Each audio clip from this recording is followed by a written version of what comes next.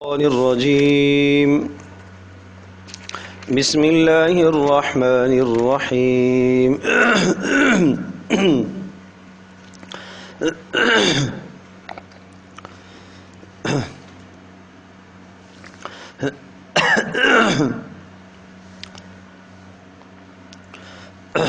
آیت نمبر 254 تیسرے پارے کے شروع میں يا أيها الذين آمنوا أنفقوا مما رزقناكم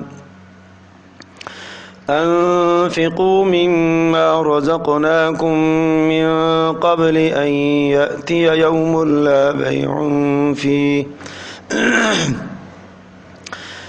بيع فيه ولا خلة ولا شفاعة والكافرون هم الظالمون الله لا إله إلا هو الحي القيوم لا تأخذه سنة ولا نوم له ما في السماوات وما في الأرض من ذا الذي يشفع عنده إلا بإذنه يعلم ما بين أيديهم وما خلفهم ولا يحيطون بشيء من علمه إلا بما شاء وسع كرسيه السماوات والأرض ولا يؤوده حفظهما وهو العلي العظيم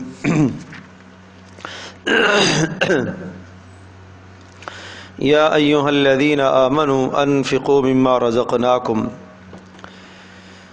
ان آیات بینات سے پہلے جو مضمون تھا وہ مضمون تھا اللہ کے راستے میں قتال اور جہاد کا، اور اس کی تفصیل کو ذکر کرنے کے بعد پھر انفاق فی سبیل اللہ، اللہ کے راستے میں مال خرچ کرنا۔ چونکہ حالت جنگ میں مال خرچ کرنے کی ضرورت اور نوبت پیش آتی ہے، تو اس لیے اس کی ترغیب دی گئی ہے، اور ساتھ یوں کہیے کہ اقتصادیات کے مسائل کا حل سمجھایا جا رہا ہے کہ خلافت اور حکومت کی یہ ذمہ داری ہے کہ وہ اقتصادیات کے مسائل کو بھی حل کریں۔ اس لیے اقتصادیات کے مسائل کا سب سے پہلا حل کہ زکوٰۃ کا صحیح نصاب قائم کیا جائے، زکوٰۃ کو ان کے مصارف پر خرچ کیا جائے، پھر زکوٰۃ کے علاوہ نفلی اموال کو مصارف میں خرچ کیا جائے۔ تو یہ آگے 2-3 رکوعوں تک بیان انفاق ہی کا ہے، بیچ میں 3 قصے اور واقعات ہیں، اور پھر مضمون انفاق ہی کی طرف جائے گا، اور ساتھ ساتھ اللہ تبارک و تعالیٰ کی وحدانیت اور قدرت کے دلائل ہیں۔ تو پہلی آیت ہے یا ایھا الذین آمنو، اے ایمان والو، انفقوا خرچ کرو، مما رزقناکم جو کچھ اللہ پاک نے تمہیں دیا ہے اس مال میں سے خرچ کرو۔ اس میں مراد زکوٰۃ بھی ہے اور نفلی اموال بھی ہے۔ انفقوا خرچ کرو، مما اس میں سے، رزقناکم جو ہم نے تمہیں عطا کیا ہے۔ تو یہ رزقناکم لفظ اس بات کی طرف اشارہ ہے کہ جو تمہارے پاس مال ہے وہ ہم نے دیا ہے، اللہ کا دیا ہوا مال ہے۔ جب ہم نے دیا ہے تو پھر ہمارے حکم کے مطابق خرچ کرو۔ تو کبھی مال جب تمہارے پاس آئے تو کسی ظام اور گمنڈ میں نہ مبتلا ہو جانا کہ یہ مال ہماری ذاتی محنت کا نتیجہ ہے، نہیں، رزقناکم ہم نے تمہیں دیا ہے۔ تو پتہ چلا کہ ہر صاحب مال کو مال کی نسبت اللہ کی طرف کرنا چاہیے کہ یہ میرے اللہ کا احسان ہے۔ من قبل ان یأتی یوم لا بیع فیہ، پہلے اس کے کہ ان یأتی یوم کہ وہ دن آ جائے، لا بیع فیہ جس میں خرید فروخت نہیں ہو سکتی، ولا خلۃ نہ کوئی دوستی کام آئے گی، ولا شفاعۃ اور نہ کوئی سفارش کام آئے گی۔ 3 چیزوں کی نفی فرمائی کہ قیامت کے دن انسان جب نیکیوں کو چاہے گا کہ اس وقت میرے پاس نیکیوں کا ذخیرہ ہو، یا کسی بھی چیز کی طرف انسان محتاج ہوتا ہے، تو اس موقع پر آدمی کیا کرتا ہے، جب کسی چیز کی ضرورت پڑتی ہے تو آدمی وہ خرید لیتا لیتا ہے، کہا آخرت میں خرید فروخت کا معاملہ تو ہوگا نہیں کہ آپ نیکیاں خرید لو۔ نمبر 2، یا کسی سے آدمی مانگ لیا کرتا ہے، آخرت میں کوئی دوستی تو ہوگی نہیں کہ آپ کسی سے نیکیاں مانگ لو۔ ولا شفاعتن، یا کوئی ایسا سلسلہ ہوگا نہیں کہ جبرن کوئی اللہ تبارک و تعالیٰ کے سے منوا لے کہ نہیں تمہیں نجات ملنی ہی ملنی ہے اور آپ کے لیے جہنم کا فیصلہ نہیں بلکہ جنت کا فیصلہ مجھے جبرن کرانا ہی ہے۔ تو تینوں چیزوں کی نفی کر دی ہے کہ اللہ کے ہاں وہ اس قیامت کے دن لا بیع، نہ تو خرید فروخت، ولا خلہ، نہ دوستی، ولا شفاعہ، اور نہ کسی قسم کی سفارش کام آئے گی۔ والکافرون هم الظالمون، اور فرمایا کہ کافر لوگ ہی ظالم ہیں۔ والکافرون هم الظالمون، جو لوگ انفاق سے، اللہ کی راہ میں مال خرچ کرنے سے انکار کرنے والے ہیں وہی لوگ ظالم ہیں، یا یہ معنی ہے والکافرون، اور وہ لوگ جو ناشکری کرتے ہیں وہی ظالم ہیں۔ اللہ لا الہ الا هو الحی القیوم، آپ کو یاد ہوگا کہ دوسرے سپارے کے ابتدا میں ایک مضمون تھا وَإِلَٰهُكُمْ إِلَٰهٌ وَاحِدٌ لَا إِلَٰهَ إِلَّا هُوَ الرحمن الرحیم، اور یہ بھی عرض کیا تھا کہ سورہ مبارکہ کا دعویٰ بھی کیا ہے، جو مرکزی مضمون ہے وہ کیا مضمون تھا؟ یا ایھا الناس اعبدوا ربکم الذی خلقکم، اے لوگو اس رب کی بندگی کرو جس رب نے تمہیں پیدا کیا۔ تو مقصود اور دعویٰ اس صورت کا کیا تھا؟ رب کی بندگی۔ اسی بندگی پر پھر دلیل آئی تھی وَإِلَٰهُكُمْ إِلَٰهٌ وَاحِدٌ، اللہ ہی وہ ایک ذات ہے، اس کے سوا کوئی معبود نہیں، اس لیے تمہیں اس کی بندگی کا حکم دیا گیا۔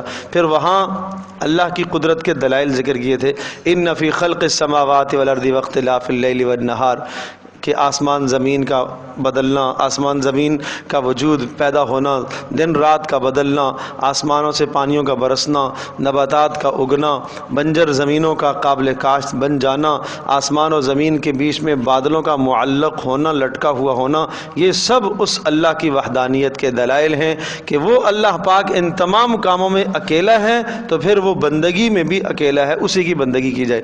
اب اسی طرح سے یہاں پر بھی وہی دلائل، اسی طرح کے دلائل ہیں۔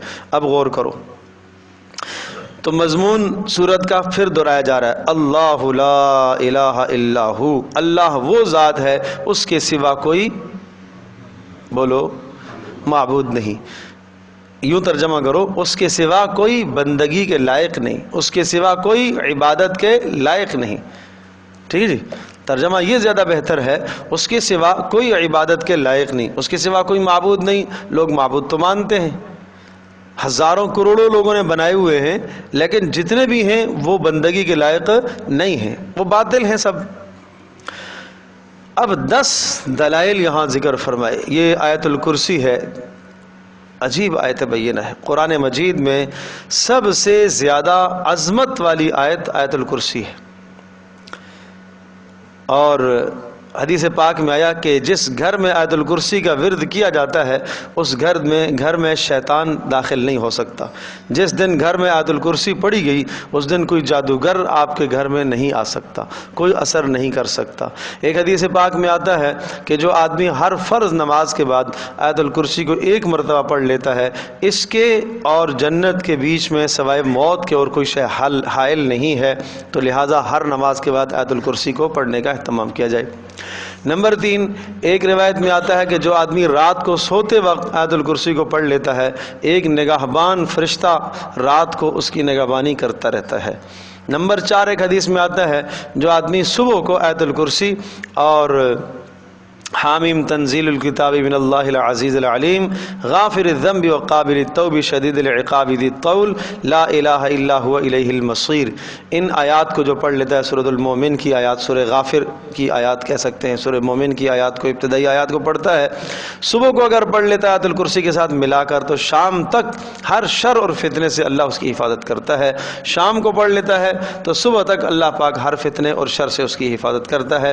اس لیے آیت الکرسی کا اہتمام کثرت سے کیا کرو، ہر نماز کے بعد، رات کو سونے سے پہلے۔ اسی طرح سے اپنی جان اور اپنے مال کی حفاظت کے لیے آیت الکرسی کا پڑھنا بھی بہت ہی مفید اور مجرب ہے۔ 10 جملے ہیں اس آیت میں، اور 10 جملے 10 دلائل ہیں گویا کہ، اور ہر جملہ ایسا ہے کہ جو ماقبل سے، مابعد سے جدا ہے، مابعد ماقبل سے اس کا کوئی تعلق نہیں ہے، ہر جملہ اپنے وجود میں کامل ہے۔ دیکھیں اللہ لا الہ الا ہو، اللہ وہ ذات ہے کہ جس کے سوا کوئی عبادت کے لائق نہیں۔ الحی القیوم، حی وہ زندہ ہے، ایسا حی ایسا زندہ کہ جس پر کبھی بھی فنا نہیں آئی اور نہ فنا اس پر آئے گی، نہ جس پر کبھی موت آئی اور نہ اس پر موت آئے گی۔ الحی القیوم، قیوم کا معنی کائنات کا نظام چلانے والا، مدبر۔ نمبر 2 قیوم، کائنات کو قائم کرنے والا، برقرار رکھنے والا۔ نمبر 3 واجب الوجود، ایسا رب کہ جو ہمیشہ سے ہے اور ہمیشہ رہے گا، جس پر فنا اور زوال نہیں۔ تو اللہ بندگی کے لائق کیوں ہے؟ دلیل کیا ہے؟ کیوں؟ اس لیے کہ وہ حی ہے۔ کیوں؟ اس لیے کہ وہ قیوم ہے۔ نمبر 3 لا تأخذہ سنۃ ولا نوم، ہمیں ایسا چاہیے کہ جب ہم اسے پکاریں تو وہ ہر وقت ہماری پکار کو سن رہا ہو۔ دنیا کے حکمرانوں اور بادشاہوں کے درباروں پر ہم جب جاتے ہیں تو وہ رات کو آرام کا ٹائم ہے، سونے کا ٹائم ہے۔ کہا رب وہ ہے لا تأخذہ، اسے نہیں پکڑتی سنۃ اونگ، ولا نوم اور نہیں نیند۔ اونگ اور نیند دونوں سے وہ پاک ہے۔ دونوں کا تذکرہ اس لیے کیا کہ اونگ نیند کا ابتدائی مرحلہ ہوتا ہے، اور جب انسان کام کر کے تھک جاتا ہے تو آدمی کو اونگ آتی ہے، تو اللہ تبارک و تعالیٰ اس ابتدائی اونگ سے بھی پاک ہے، منزہ ہے، اور وہ تھکان سے بھی پاک ہے۔ لا تأخذہ سنۃ ولا نوم، 3 دلیلیں ہو گئیں۔ اللہ ہی بندگی کے لائق ہے، اس کے سوا کوئی نہیں ہے۔ کیوں؟ لہو ما فی السماوات و ما فی الارض، اس لیے کہ آسمانوں اور زمینوں میں جو کچھ ہے وہ سارا اسی کا ہے۔ تو آسمانوں اور زمینوں میں جو کچھ ہے اسی کا ہے، اس کا کیا معنی؟ نمبر 1 آسمانوں اور زمینوں میں جو کچھ ہے وہ اسی کا ہے، خلقن یعنی خالق وہی ہے۔ نمبر 2 ملکن، مالک بھی وہی ہے۔ نمبر 3 متصرف بھی وہی ہے۔ تو جہاں پر بھی یہ لفظ آتا ہے نا لہو ما فی السماوات و ما فی الارض، اس میں یہ تینوں معنی مراد ہوتے ہیں کہ آسمانوں اور زمینوں میں جو کچھ ہے وہ سارا اللہ کا ہے۔ کیا معنی؟ اللہ ان تمام چیزوں کا خالق بھی ہے، نمبر 2 مالک بھی ہے، نمبر 2 متصرف، اپنی مرضی سے جو چاہے نظام چلاتا ہے۔ ٹھیک ہے نا؟ ایک ایسا نہیں ہے کہ پیدا کر کے مالک کسی اور کو بنا دیا، نہیں، مالک بھی وہ خود ہے۔ ایسا نہیں ہے کہ مالک وہ ہو انتظام کوئی اور کر رہا ہو، نہیں، انتظام بھی وہ خود کر رہا ہے۔ نمبر 5 اللہ ہی بندگی کے لائق ہے۔ کیوں؟ اس لیے من ذا الذی یشفع عندہ الا باذنہ، عظمت کا یہ حال ہے۔ من ذا الذی، کون ہے؟ من ذا الذی، کون ہے؟ یشفع، جو شفاعت کرے، عندہ، اس کے پاس، الا باذنہ، مگر اس کی اجازت، اس کی اجازت کے بغیر کون اس کے سامنے سفارش کر سکتا ہے؟ تو وہ تو اتنے قہر اور غضب اور قدرت والا ہے کہ اس کی قدرت میں کوئی شخص دخیل نہیں ہے۔ اگر وہ کسی کو جہنم میں ڈالنے کا ارادہ کر لے تو ساری دنیا کے انسان لگ کر اسے نہیں بچا سکتے، اگر کسی کو وہ بچانے کا ارادہ کر لے تو ساری دنیا لگ کر اسے جہنم میں یا کوئی بھی ضرر اسے نہیں دے سکتے۔ یعلم ما بین ایدیہم وما خلفہم، وہ کیوں مستحق ہے عبادت کا؟ اس لیے یعلم ما بین ایدیہم، اس لیے کہ ایسی ہی ذات ہونی چاہیے کہ جو تمام کے تمام زمانوں کو جانتی ہو، اور اللہ ہی ہے وہ یعلم، جانتا ہے، ما بین ایدیہم وما خلفہم، آگے والے حالات بھی پیچھے والے حالات بھی، جو ماضی میں گزرا اس کو بھی وہ جانتا ہے، اور جو آنے والا ہے اسے بھی وہ جانتا ہے۔ تو ایک آدمی جب کسی سے مانگتا ہے تو اسے معلوم ہوتا ہے کہ اس کو میں نے کب دیا تھا، کتنا دینا چاہیے، کتنا اس کے حق میں مناسب ہے، کتنا مناسب نہیں ہے، یہ سارا نظام اللہ جانتا ہے۔ نمبر 7 ولا یحیطون بشیء، اور لوگ احاطہ نہیں کر سکتے۔ یہ نفی کی جا رہی ہے کہ اللہ کا علم جتنا اللہ کا علم ہے اس طرح کا علم کسی کے پاس نہیں ہے۔ ولا یحیطون، لہذا احاطہ نہیں کر سکتے سب کے سب، بشیء من علمہ، اس اللہ کے علم کا، الا بما شاء، مگر جو اللہ چاہے۔ مگر جو اللہ چاہے کا مطلب کیا ہے؟ کہ جتنا اللہ چاہے وحی کے ذریعے سے کسی کو بتا دے، جیسے کہ رسول پاک صلی اللہ علیہ وسلم کو دیگر انبیاء کو وحی کے ذریعے سے علم دیا۔ یحیطون احاطہ سے ہے۔ نمبر 8 وسع کرسیہ السماوات والارض، اور اس کی کرسی آسمانوں اور زمینوں کا احاطہ کیے ہوئے ہے، اس کی کرسی آسمانوں اور زمینوں سے بڑی ہے، وسع وسعت والی ہے اس کی کرسی آسمانوں اور زمینوں سے۔ یہ بات پہلے بھی عرض کر چکا ہوں کہ کرسی اور عرش، عرش تخت کو کہتے ہیں، اور کرسی جس طرح سے ہمارے یہاں ایک شکل ہے نشست بیٹھنے کی جگہ جسے ہم کرسی کہتے ہیں، اللہ تبارک تعالیٰ کے لیے عرش اور کرسی ثابت تو ہے، لیکن ایسی کرسی نہیں جیسے ہماری کرسی، ایسا تخت نہیں جیسا کہ ہمارا تخت۔ ہمیں تخت کی کرسی کی ضرورت پڑتی ہے، تخت ہمارے لیے مکان ہے، جگہ ہے۔ اللہ پاک مکان سے، زمان سے پاک ہے، جگہ سے اللہ پاک پاک ہے۔ تو پھر اس کا کیا مطلب ہے؟ اس کو کہتے ہیں متشابہات میں، کہ اللہ پاک کی کرسی سے جو اللہ کی مراد ہے وہ حق ہے، ہم اس پر ایمان رکھتے ہیں۔ اللہ کے عرش سے جو اس کی مراد ہے وہ حق ہے، ہم اس پر ایمان رکھتے ہیں۔ بس اتنا کہنا کافی ہے۔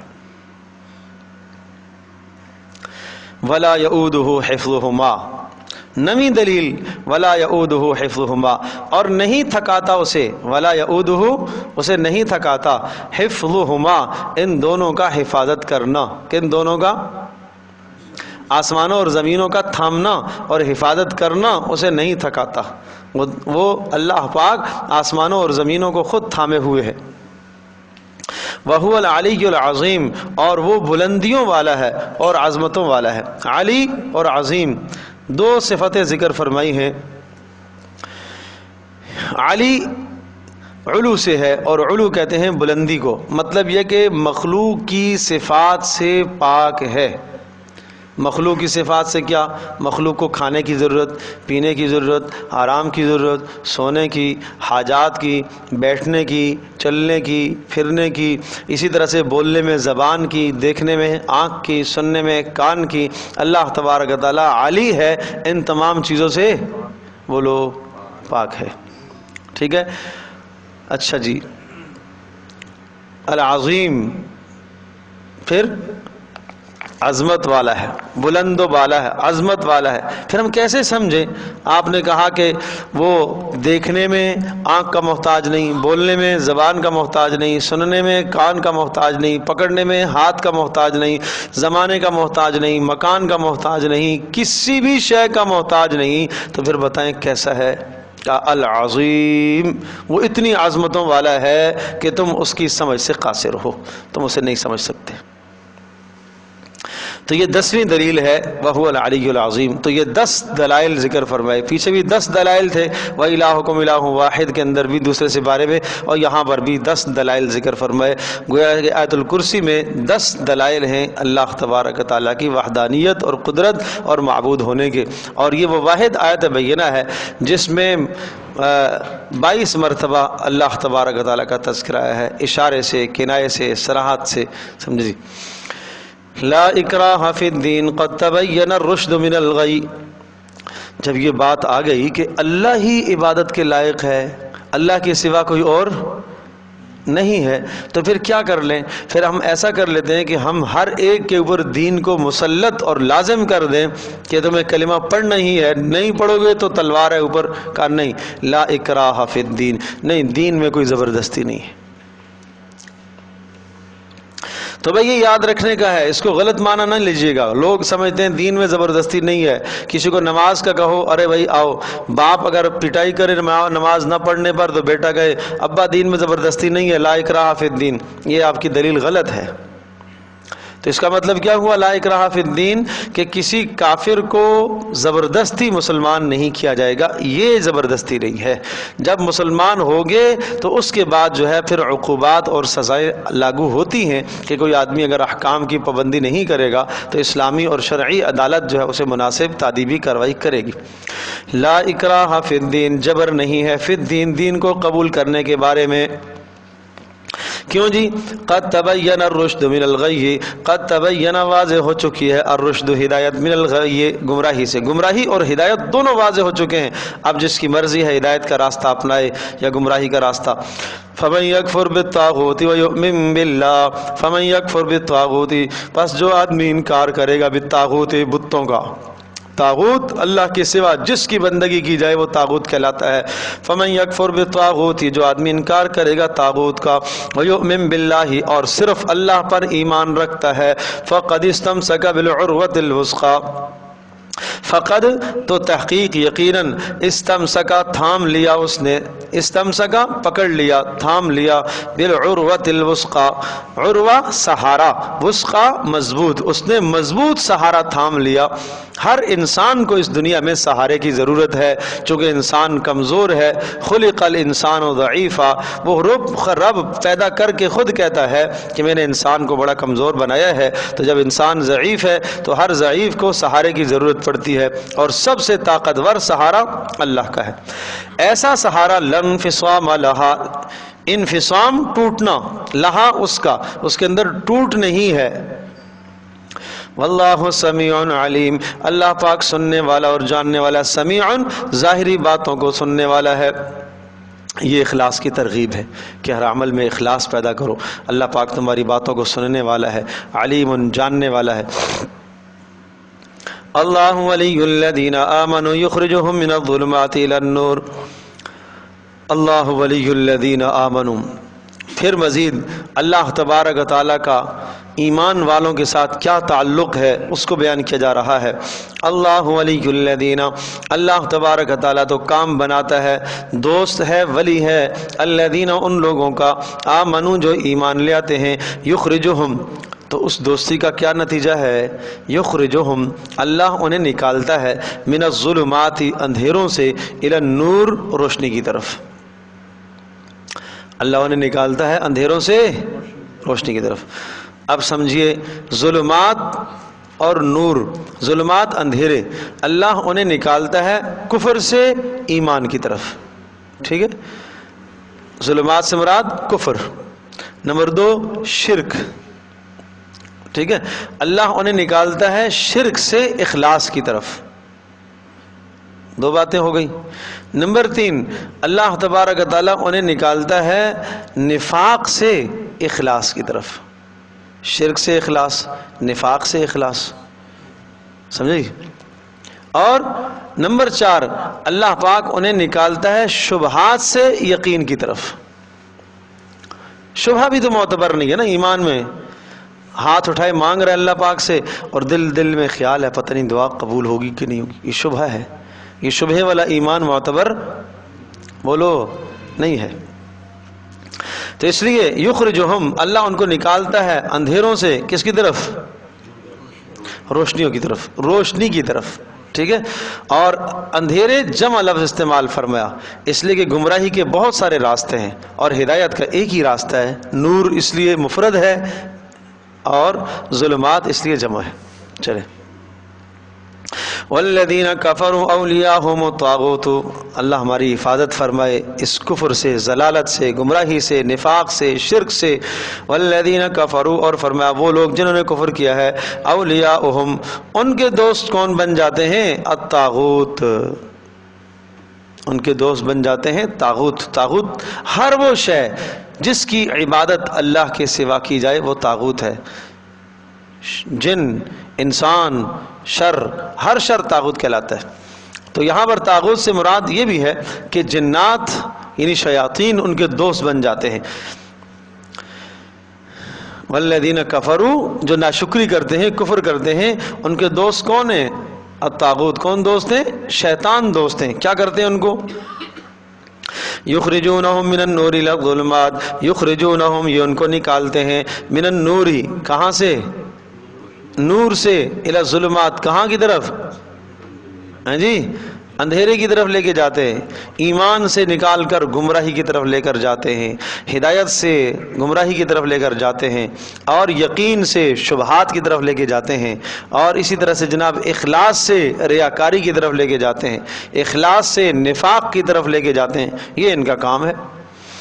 اولئک اصحاب النار هم فیہا خالدون، یہ دوزخی ہیں، ہمیشہ ہمیشہ اس میں رہیں گے۔ الم تر الی الذی حاج ابراہیم فی ربہ ان آتاہ اللہ الملک، یہ تو پہلے دلائل دے دیے کہ اللہ ہی بندگی کے لائق ہے۔ اب مزید 3 قصے اسی مضمون پر 3 قصے ذکر کیے، اور بہت خوبصورت انداز سے یہ 3 مختصر واقعات ایک رکوع کے اندر بیان فرمائے۔ پہلا قصہ حضرت ابراہیم علیہ السلام کا نمرود کے ساتھ مکالمہ ہے، اور دوسرا قصہ حضرت عزیر علیہ السلام کا ہے جن کو اللہ پاک نے 100 سال کے بعد دوبارہ زندہ فرمایا، اور تیسرا قصہ پھر ابراہیم علیہ السلام کا ہے جو ان کا اپنے پروردگار سے مکالمہ ہوا۔ یہ 3 واقعات ہیں۔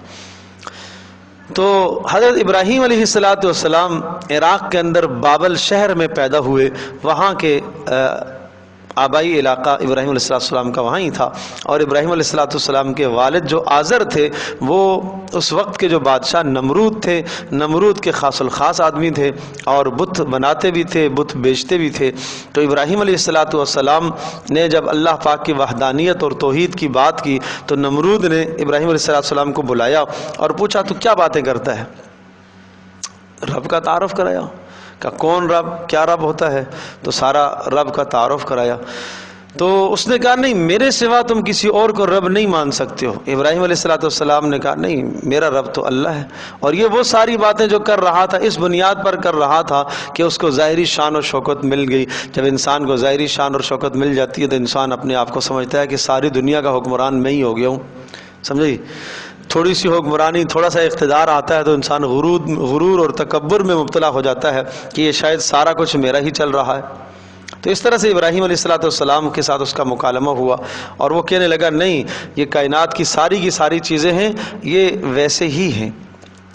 وہ دہریے سوچ رکھنے والا تھا، دہریہ قسم کا شخص تھا، اور یوں کہتا ہے کہ یہاں تو میں نظام چلا رہا ہوں، باقی سورج خود ہی طلوع ہوتا ہے، خود ہی غروب ہوتا ہے، آدمی پیدا ہوتا ہے، ایک وقت تک جب پرانا ہوتا ہے تو مر جاتا ہے، یا بیچ میں کسی کی کوئی بیماری آ گئی ہے، کسی نے تلوار مار دی ہے تو اس کی موت آ گئی ہے۔ یہ کائنات کا سارا نظام بغیر کسی منظم کے نظام بنانے والے کے از خود چل رہا ہے۔ اس طرح کا مکالمہ ابراہیم علیہ السلام کے ساتھ ہوا، کس کا؟ نمرود کا، سمجھے جی؟ دیکھیں الم تر الی الذی حاج ابراہیم، تو قرآن مقصودی بات کرتا ہے، 2 دلیلوں کو یہاں پر ذکر فرمایا۔ الم ترا، کیا آپ نے دیکھا، الی الذی، اس شخص کو، حاج ابراہیم، جو ابراہیم علیہ السلام کے ساتھ جھگڑا کر رہا تھا، کس بارے میں؟ فی ربہ، ابراہیم کے پروردگار کے بارے میں جھگڑا کر رہا ہے، یا اپنے پروردگار کے بارے میں جھگڑا کر رہا ہے؟ اس کا رب بھی تو اللہ ہی ہے نا۔ اور کیوں جھگڑا کر رہا ہے؟ ان آتاہ اللہ الملک، اس وجہ سے کہ اللہ پاک نے اس کو سلطنت دی ہے۔ ان آتاہ اللہ، لفظ اللہ ذکر کر کے اشارہ کر دیا کہ اللہ ہی نے اس کو سلطنت دی ہے۔ چاہیے تو یہ تھا کہ وہ کیا کرتا؟ اللہ کا شکر ادا کرتا، لیکن یہ تکبر میں آ گیا۔ اذ قال، تفصیل اس کی یہ ہے، اذ قال ابراہیم، اس نے یوں کہا، ابراہیم علیہ السلام نے اس کے سامنے یہ دعویٰ پیش کیا، ربی، میرا رب، الذی، وہ ہے، یحیی و یمیت، جو جان ڈالتا ہے اور موت دیتا ہے، موت و حیات کا میرا رب جو ہے وہ مالک ہے۔ وہ کہنے لگا نہیں، یہ خود اختیاری طور پر سب کچھ ہو سکتا ہے۔ اور پھر کہا ابراہیم علیہ السلام نے کہ نہیں، یہ میرے رب نے کیا ہے اور وہی یہ کرتا ہے۔ تو کہتا ہے اچھا، اس کو اگر آپ کہتے ہو تمہارا رب کرتا ہے تو یہ کام تو میں بھی کر سکتا ہوں۔ چنانچہ 2 آدمیوں کو اس نے بلایا، جس کے بارے میں آزادی طے ہو چکی تھی اس کو اس نے قتل کر دیا، اور جس کے بارے میں موت پھانسی طے تھی اس کو اس نے آزاد کر دیا۔ کہتا ہے یہ کام تو میں بھی کر سکتا ہوں، جس کو چاہوں موت دوں اور جس کو چاہوں میں زندہ کر دوں۔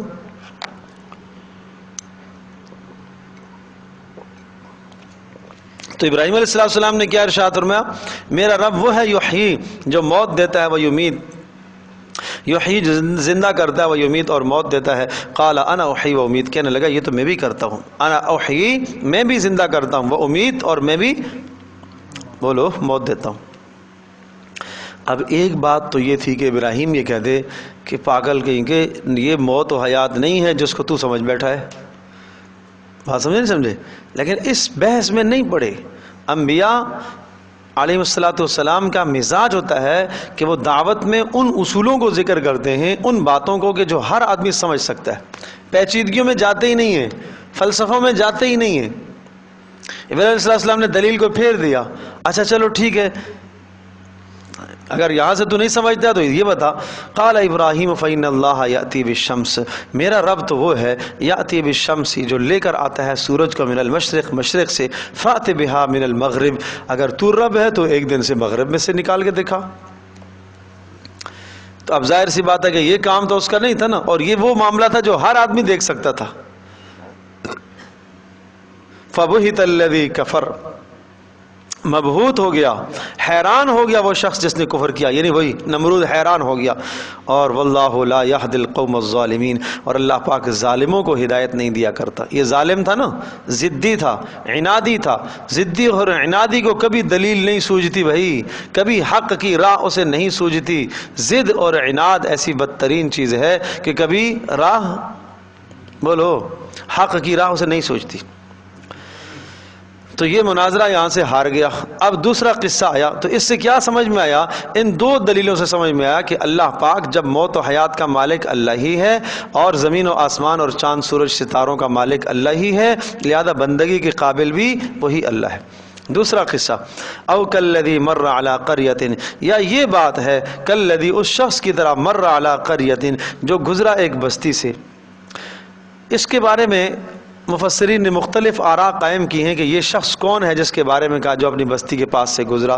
تو راجح قول یہی ہے کہ حضرت عزیر علیہ السلام ہیں، بعض نے اور نام بھی لکھے ہیں، لیکن زیادہ راجح کہ عزیر علیہ السلام۔ تو بخت نصر نے جب چڑھائی کی بنی اسرائیل پر، اور ایک ایک دن میں اس نے ہزاروں بنی اسرائیلیوں کو موت کے گھاٹ اتارا، کو قید کر دیا، یروشلم پر اس نے قبضہ کر لیا، اور اسی طرح سے بیت المقدس کی اس نے اینٹ سے اینٹ بجا دی، اور سب کا سب علاقہ ویران اور تباہ کر دیا۔ تو اس ویران علاقے سے کھنڈرات سے گزرے حضرت عزیر علیہ السلام۔ تو انہوں نے جب یہ منظر دیکھا تو کہنے لگے، اور ہڈیاں پڑی ہوئی دیکھی انسانوں کی، تو کہنے وہی خاویۃ، دیکھو، او کالذی مر علی قریۃ، کیا وہ شخص جو گزرا ایک بستی سے، وہی خاویۃ، اور یہ بستی گری ہوئی تھی، علی عروشہا، یعنی بستی کے مکانات گرے ہوئے تھے اپنی چھتوں پر۔ زمین جب چھتیں نیچے آ جاتی ہیں تو پھر دیواریں ان چھتوں کے اوپر گر جاتی ہیں، یہ منظر کشی کی جا رہی ہے کہ چھت نیچے اور سائڈوں کی دیواریں کناروں کی اوپر گری ہوئی تھی۔ پھر کیا تھا؟ قالا، ٹیک لگا کر بیٹھے حضرت عزیر علیہ السلام، ایک درخت کے ساتھ ٹیک لگائی، اور اپنے پاس جو کھانے پینے کا سامان تھا، ایک شیرہ تھا، وہ نکالا، اور اس کے اندر کچھ روٹی کے ٹکڑے بھگوئے تاکہ ذرا نرم ہو جائے تو پھر کھاؤں، اور ٹیک لگائے ہوئے تھے، درخت کے ساتھ بیٹھے، اور قریب میں سواری جو تھی، اس وقت کی سواری گدھا، اس کو قریب میں کھڑا کر دیا۔ دل ہی دل میں یہ خیال آیا، انا یحیی ہذہ اللہ بعد موتہا، کیسے اللہ پاک ان کو زندہ کرے گا، انا یحیی، کیسے زندہ کرے گا، ہذہ، ان چیزوں کو، اللہ کیسے زندہ کرے گا، بعد موتہا، ان کے مرنے کے بعد۔ تو اللہ تبارک و تعالیٰ نے موت دے دی، فاماتہ اللہ، اللہ نے انہیں موت دے دی، 100 عام، کتنی؟ 100 سال، 100 عام، 100 سال، ثم بعثہ، 100 سال کے بعد پھر اللہ پاک نے ان کو زندہ کیا، اٹھایا۔ قال کم لبثت، تو کہا کہ بتاؤ بھائی کتنا رکے ہو یہاں، کتنا ٹھہرے ہو؟ اللہ نے سوال پوچھا کہ اب بتاؤ کتنا یہاں رکے ہو؟ قال لبثت یوما او بعض یوم، تو کہنے لگے لبثت یوما، ایک دن ہو گیا ہوگا، او بعض یوم، یا آدھا دن، بعض یوم، یوم کا بعض، چند گھنٹے۔ سورج کو دیکھا جب صبح بیٹھے تھے وہاں تو اس وقت سورج طلوع ہو رہا تھا، اب شام کا ٹائم ہو گیا ہے تو زوال سے آگے جا چکا ہے، تو کہنے لگے شاید یہ آدھا دن ہی ہوا ہے، تو بس کہنے لگے کہ آدھا دن ہے۔ قال، اللہ کی طرف سے جواب آیا، بل لبثت 100 عام، نہ ابھی یہاں آپ 100 سال آپ کو ہو گئے ہیں، 100 سال۔ حکومت ہی بدل گئی، وہاں بخت نصر کا قبضہ تھا وہ سب ختم ہو گیا، اب نیک حکمرانی واپس اللہ پاک نے اختیار اور اقتدار بنی اسرائیل کو پھر سے دے دیا۔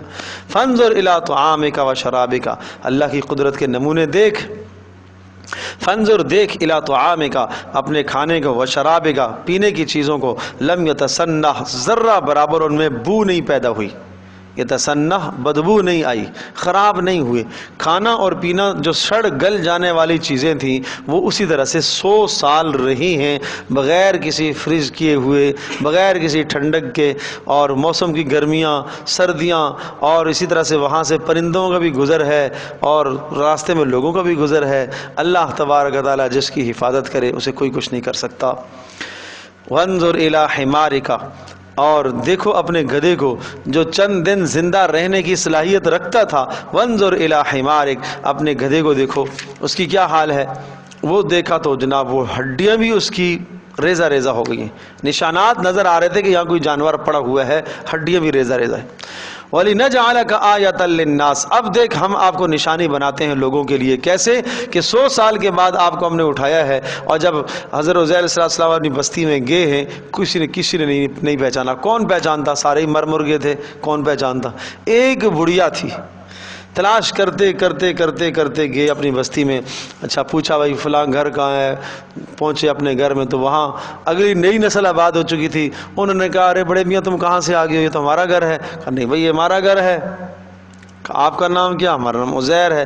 تو ایک بڑھیا آئی، اس نے پہچان لیا، کہا اچھا یہ وہی عزیر تو ہے جو 100 سال پہلے کہیں یہاں سے گم ہو گیا تھا، آج واپس آ گئے۔ سمجھے جی؟ تو یہ اللہ پاک کا نظام ہے۔ کہا کہ یہ ہم آپ کو اس لیے نشانی بناتے ہیں لوگوں کے لیے تاکہ مرنے کے بعد اٹھائے جانے پر لوگوں کو یقین ہو جاوے، اور تاکہ یہ سمجھ جائیں کہ یہ اللہ ہی کام کر سکتا ہے۔ وانظر الی العظام کیف ننشزها، اب ذرا دیکھنا گدھے کا کیسے ہم اس کو زندہ کرتے ہیں۔ وانظر، اور دیکھتا رہا، الی العظام، ہڈیوں کی طرف، گدھے کی ہڈیوں کی طرف، کیف ننشزها، کیسے ہم ان کو جوڑتے ہیں۔ ننشز حرکت دینا، ساری ہڈیوں نے حرکت کی اور آپس میں جڑ گئیں۔ ثم نکسوها لحما، پھر ہم ان کو اوپر چڑھاتے ہیں گوشت۔ فلما تبین له، اور جب ظاہر ہو گیا ان کے سامنے یہ مشاہدہ، دیکھ لیا، قال، بے قرار ہو کر کہنے لگے، بے اختیار ہو کر کہنے لگے، خوشی میں اور جوش میں آ کر، جیسے انسان نعرہ لگاتا ہے نا اللہ اکبر کا، اس طرح سے کہنے لگے ان اللہ علی کل شیء قدیر، اللہ ہر شے پر قدرت رکھنے والا ہے۔ سمجھے جی؟ اب تیسرا قصہ، وَإِذْ قَالَ إِبْرَاهِيمُ رَبِّ أَرِنِي كَيْفَ تُحْيِي الْمَوْتَى، ابراہیم علیہ السلام کا مکالمہ اپنے رب کے ساتھ، اے میرے پروردگار رب ارنی۔ ایک دریا کے کنارے پر ابراہیم علیہ السلام گئے اور وہاں کچھ جانور مرا پڑا ہوا تھا، اور آسمان سے پرندے اترے اس کو نوچ نوچ کے کھا رہے تھے، اور کوئی زمین میں کوئی پرندے جانور وہ اس کو بھی بوٹیاں نوچ نوچ کے کھا رہے تھے۔ تو اس طرح سے یہ ابراہیم علیہ السلام نے منظر دیکھا، کچھ ذرات اس کے پرندوں نے اٹھائے، کچھ ذرات اس کے درندوں نے اٹھائے، کچھ ذرات وہاں مٹی منتشر پڑے ہوئے۔ تو ابراہیم علیہ السلام دل میں خیال کرنے لگے، رب ارنی کیف تحیی الموتى، اے میرے پروردگار مجھے دکھا تو دے، کیف تحیی الموتى، کیسے تو موتا کو، مردوں کو زندہ کرے گا۔ قال اولم تؤمن، اللہ نے ارشاد فرمایا کیا تیرا ایمان نہیں ہے؟ قال بلا، کہا جی ایمان تو ہے، ولکن لیطمئن قلبی، یہ کیفیت دیکھ کر اپنے دل کو اطمینان دینا چاہتا ہوں۔ یقین تو ہے 100%، عمل کی کیفیت کا مطالبہ کرنا ایک الگ چیز ہے، ایمان کا ہونا الگ چیز ہے۔ سمجھے جی؟ ایک آدمی نے، اس آدمی کو یقین ہے، مثال کے طور پر یہاں سے وہ دوسرے ملک میں نہیں گیا، بغداد، مکہ، مدینہ، سارے شہروں کا اس کو یقین ہے کہ یہ شہر ہیں، لیکن ایک دل میں تڑپ ہے میں دیکھوں تو صحیح کیسے ہیں۔ سمجھے جی؟ اسی طرح سے ابراہیم علیہ السلام کیفیت دیکھنا چاہ رہے ہیں کہ میں دیکھنا چاہوں کہ کس طرح سے اللہ تو زندہ کرتا ہے۔ قال فخذ اربعۃ من الطیر، اللہ پاک نے ارشاد فرمایا فخذ اربعۃ، پس لے لیجئے اربعۃ، 4 من الطیر، پرندے، فسرہن الیک، ان کو اپنے آپ سے ہلا لے، یعنی مانوس کر لے، سرہن، ان کو مانوس کر لے، الیک، اپنے آپ سے، ثم اجعل علی کل جبل، ان کو اپنے آپ سے ہلا لے، پھر ان کو ذبح کر دے، اور ذبح کر کے قیمہ بنا، ٹکڑے ٹکڑے کر لے، ثم اجعل علی کل جبل منہن جزءا، ثم اجعل، پھر رکھ دے، علی کل جبل، ہر پہاڑ پر، منہن، ان میں سے، جزءا، ایک حصہ، ثم ادعوہن، پھر تو ان کو پکار، یاتینک سعیا، وہ زندہ ہو کر آپ کے پاس آئیں گے، یاتینک، آپ کے پاس آئیں گے، سعیا، دوڑتے ہوئے۔ ابراہیم علیہ السلام نے اللہ پاک کے اس فرمان کی تعمیل فرمائی، اور 4 پرندے، مور، مرغا، کبوتر، کوا، مور، مرغا، کبوتر، کوا، مفسرین نے لکھا کہ یہ 4 پرندے تھے۔ قرآن میں اس کی تصریح نہیں ہے، البتہ علماء کے اقوال، اسرائیلیات سے یہ بات ملتی ہے، اور اگر یہ بات قرآن و حدیث کے متصادم نہیں ہے تو لینے میں بھی کوئی حرج نہیں ہے۔ 4 پرندوں کی تخصیص اس لیے کی تھی کہ انسان عناصر اربع سے، 4 عناصر سے پیدا ہوا ہے، تو اس لیے 4، اور پھر ان 4 پرندوں کے اندر جو خصوصیات ہیں وہ انسان کے ساتھ کافی حد تک ملتی جلتی ہیں۔ مور ہے حسن، اور انسان بھی حسن پرست ہے، سمجھی؟ حسن پرستی پر جب آتا ہے، عقل حسن کے پیچھے جب اس کی جاتی ہے تو پھر وہ نقل کو چھوڑ دیتا ہے، سمجھے جی؟ پھر وہ عقل کے پیچھے ہی چلتا ہے، پھر وہ قرآن و حدیث کو نہیں دیکھتا کہ اللہ اور اس کے رسول کا کیا فرمان ہے۔ سمجھ رہی میں جی؟ تو یہ اس کا مزاج ہے انسان کا۔ اور مرغا اس کا مزاج شہوت پرستی ہے، حد درجے کا مزاج ہے، انسان کے اندر یہ بھی عادت موجود ہے، سمجھے جی، اور وہ اس کی فطرت بھی ہے، انسان کی ضرورت بھی ہے اور فطرت بھی ہے، لیکن اگر اس فطرت اور ضرورت پر انسان کنٹرول نہیں کرتا تو پھر حدود سے تجاوز کرتا ہوا ناجائز راستوں کی طرف چلا جاتا ہے، باطل راستوں کی طرف انسان پھر نکل جایا کرتا ہے۔ تو اس لیے یہ بھی ایک انسان کی عادت ہے، سمجھے جی۔ اور کبوتر ہم جولیوں سے مانوس ہونا، سمجھے جی، انسان سے مانوس رہتا ہے، سمجھے جی، اور کوا حرص حد درجے کی حریص ہونا، لالچی ہونا، تو یہ بھی انسان کی کے اندر یہ بات بھی پائی جاتی ہے، تو اس لیے ان 4 پرندوں کا انتخاب کیا۔ وَاعْلَمْ أَنَّ اللَّهَ عَزِيزٌ حَكِيمٌ، وَاعْلَمْ، اور سمجھ لے اس بات کو، أَنَّ اللَّهَ عَزِيزٌ حَكِيمٌ، اللہ پاک غالب قدرت والا ہے اور حکمت والا ہے، یعنی ہر ایک کے لیے اللہ پاک یہ سارے مناظر تو نہیں دکھاتا نا، اللہ کی حکمت کا تقاضا یہ ہے کہ تم بن دیکھے اس پر ایمان لاؤ۔ مَثَلُ الَّذِينَ يُنْفِقُونَ أَمْوَالَهُمْ فِي سَبِيلِ اللَّهِ، اب بات واپس آئی ہے انفاق کی طرف، جہاں سے رکوع کی پہلی آیت شروع ہوئی تھی نا، انفقوا مما رزقناکم، اللہ کے راہ میں مال کو خرچ کرو۔ پھر اللہ کی قدرت کے دلائل 10 دلائل ذکر فرمائے تھے آیت الکرسی میں، پھر اس کے بعد 3 واقعات ذکر فرمائے۔ ان تینوں واقعات سے کیا سمجھ میں آتا ہے کہ زندہ کرنے کا اور موت دینے کا اختیار صرف اللہ کے پاس ہے، اور سورج اور چاند کا اختیار بھی صرف اللہ پاک کے پاس ہے، اور اللہ جب چاہے گا مرنے کے بعد دوبارہ اٹھا لے گا۔ جب یہ سارے اختیارات اسی کے پاس ہیں تو پھر عبادت کا اختیار بھی اللہ ہی کو دیا جائے، اللہ ہی کی عبادت کی جائے۔ اب دوبارہ سے خرچ کرنے کی ترغیب دی جا رہی ہے، پہلے تو کہا کہ انفقوا، خرچ کرو، اب اس خرچ کرنے کی ترغیب اور مثال سمجھائی۔ مثل الذین ينفقون اموالهم فی سبیل اللہ، تو یہاں آپ یہ کہہ سکتے ہیں کہ اس رکوع کے اندر انفاق کی ایک مثال ہے۔ نمبر 2، انفاق کے شرائط، خرچ کرنے کے شرائط۔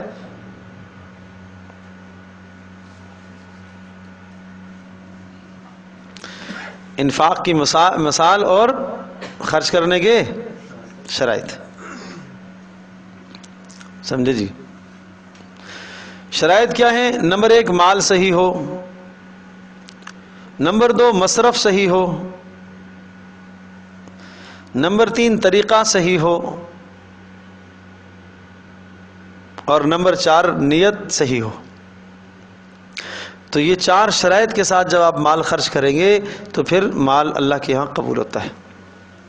اور اس کی مثال ایک کھیتی کے ساتھ دی ہے۔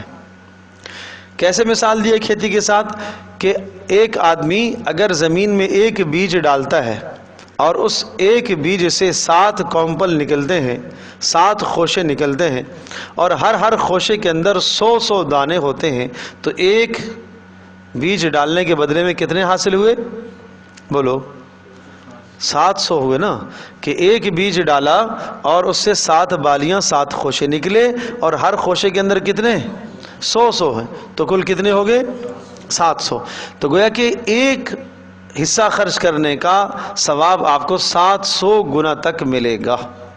اور اس کی مثال کھیتی کے ساتھ دی، کھیتی کے ذریعے سے سمجھایا۔ جس طرح سے کسان زمین میں بیج ڈالتا ہے، بیج کب اگتا ہے؟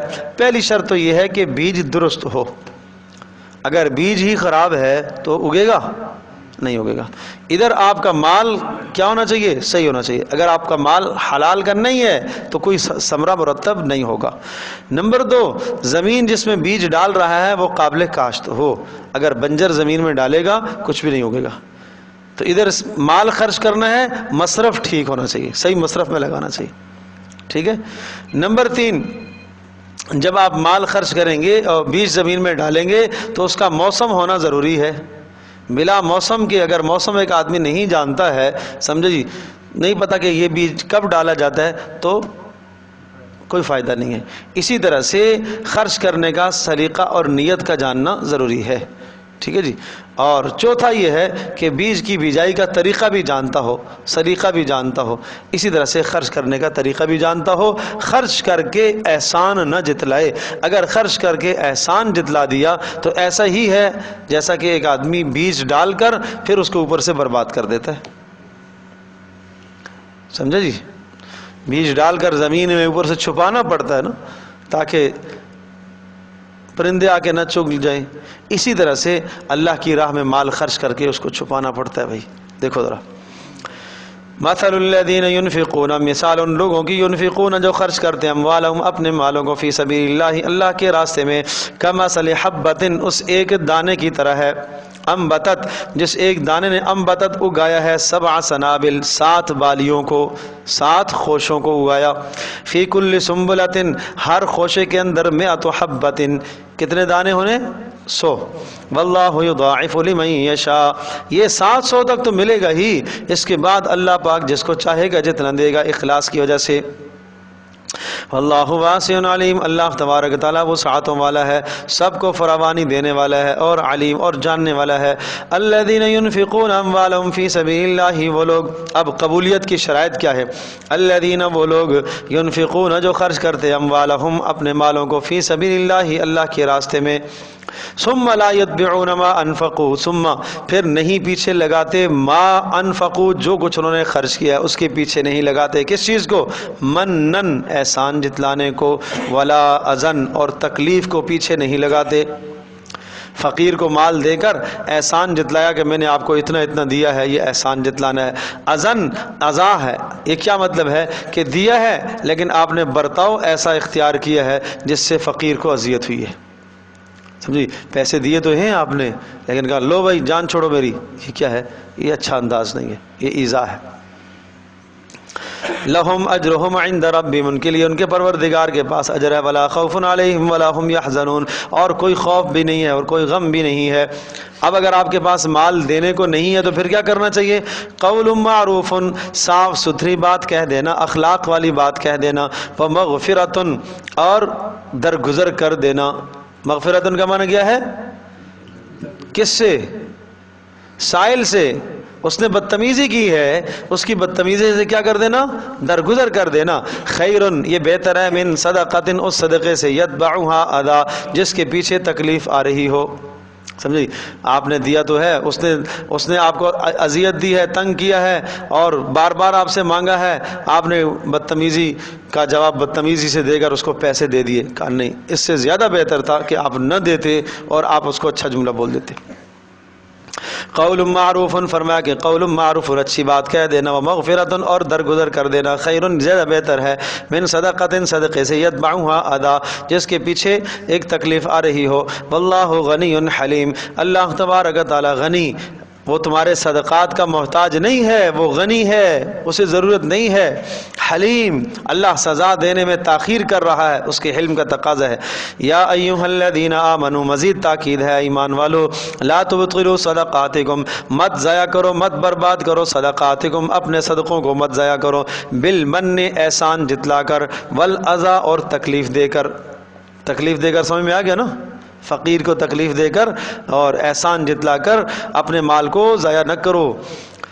اگر تم نے ایسا کر دیا کہ دے کر احسان جتلایا یا فقیر کو آپ نے توہین اس کی تذلیل کی ہے تو آپ کا خرچ کرنا پھر اچھا نہیں ہے۔ پھر کالذی ینفق ان لوگوں کی طرح مت مال خرچ کیا کرو، ینفقو جو خرچ کرتے ہیں، مالہ اپنے مال کو، رعاء الناس کس کے لیے؟ لوگوں کو دکھلانے کے لیے، شاباش۔ ولا یؤمن باللہ والیوم الآخر اور وہ ایمان نہیں رکھتا اللہ اور آخرت پر۔ تو اس کی مثال کیسی ہے؟ اس نے جو مال دیا ہے جو دکھلاوے کے لیے خرچ کرتا ہے، فمثلہ اس کے مال کی مثال، پہلے مثال بیان کی تھی جو اللہ کے لیے خرچ کرتا ہے اس کی مثال ایسی ہے جس نے ایک دانہ لگایا اس کے بدلے میں 700 ملے ہیں۔ اس کی مثال کیسی ہے؟ جو اخلاص جس میں نہیں ہے، فمثلہ کمثل صفوان اس کی مثال کمثل صفوان ایک صاف پتھر کی طرح ہے۔ صفوان چکنا پتھر، علیہ تراب اور اس پر مٹی کی تہ جمی ہوئی ہو، فاصابہ وابل اور فاصابہ اور پھر پہنچے اس چٹان اور پتھر کو وابل سخت بارش، موسلا دھار بارش، اور جب بارش آتی ہے تو اس چٹان کے اوپر سے ساری مٹی، سارا غبار سب کچھ بہہ جاتا ہے بھی چکنا، اور اوپر سے بارش ہوئی تو کچھ بچے گا، صاف ستھرا ہو جائے گا۔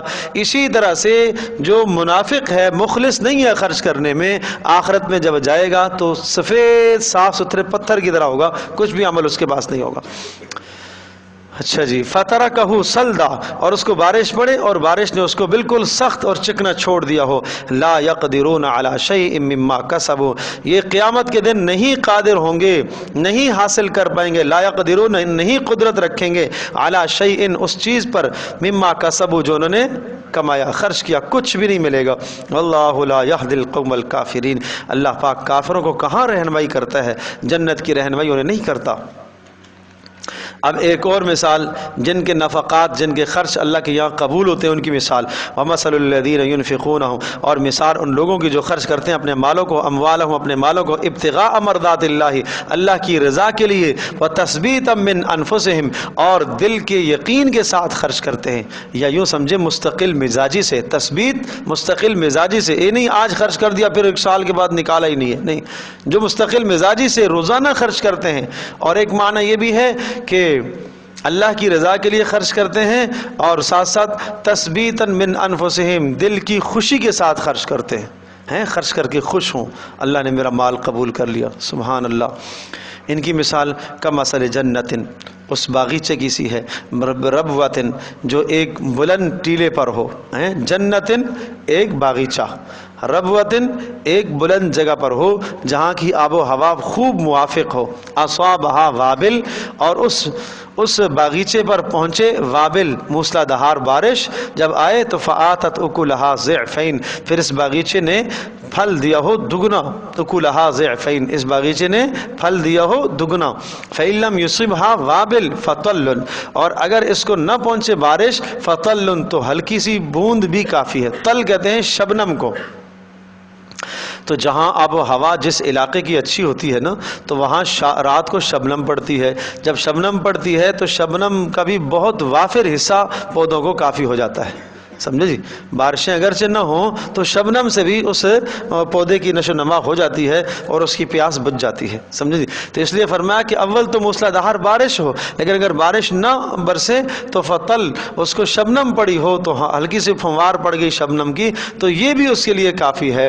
فرمایا انفاق جو اللہ کی رضا کے لیے خرچ کرتا ہے تو اس طرح سے اس کے لیے خیر ہی خیر ہے. واللہ بما تعملون بصیر، اللہ تبارک و تعالی خوب جانتا ہے تمہارے اعمال کو، دیکھ رہا. ایود احدکم ان تکون، ایک اور مثال سمجھو، جو لوگ نفقات خرچ کرتے ہیں لیکن اخلاص نہیں ہوتا، جی اخلاص نہیں ہے، اللہ کی رضا نہیں ہے، ان کی ایک اور مثال سمجھو. ایود احدکم، کیا تم میں سے کوئی شخص یوں چاہتا ہے، ان تکون لہ جنت، اس کا ایک باغ ہو، من نخیل، کس کا، کھجوروں کا، وَأَعْنَابٍ، انگوروں کا، تجری من تحتها الانہار، ایسا خوبصورت باغ ہو کہ جس کے اندر نہریں بہ رہی ہوں، لہو فیہا من کل الثمرات، اس کے اندر ہر قسم کا پھل موجود ہو. ہر آدمی یہ چاہتا ہے کہ نہیں چاہتا اتنا مال مجھے مل جائے. وَأَصَابَهُ الْكِبَرُ، اور پھر یہ آدمی جو باغ کا مالک ہے اس کو بڑھاپا آ جائے. وَلَهُ ذُرِّيَّةٌ ضَعْفَاء، اور اس کے پیچھے اس کی اولادیں کمزور ہوں، یعنی نابالغ ہوں، معاش نہ اختیار کر سکتے ہوں، کما نہ سکتے ہوں. پھر اچانک کیا ہو جائے، اس شخص کا سارا سرمایہ یہ باغ تھا اور اب یہ بڑھاپے کو پہنچ گیا، مزدوری کرنے سے عاجز ہو گیا، پیچھے چھوٹے چھوٹے بچے ہیں.